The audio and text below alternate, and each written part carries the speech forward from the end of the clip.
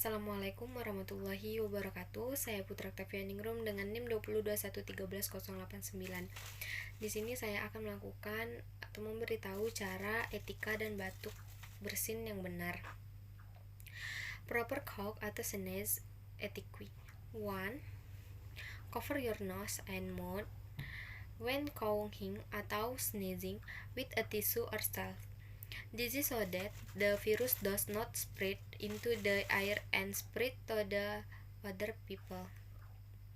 Atau yang dimaksud artinya tutup hidung dan mulut saat bersin atau batuk dengan tisu atau lengan baju dalam. Hal ini agar virus tidak menyebar ke udara dan menular ke orang lain. 2. Immediately do the used tissue do the trash, atau segera buang tisu yang telah dipakai ke tempat sampah. 3.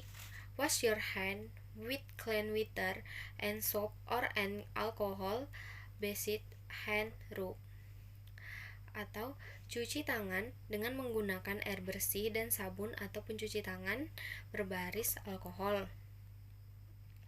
This is the information and give. Thank you. Wassalamualaikum warahmatullahi wabarakatuh.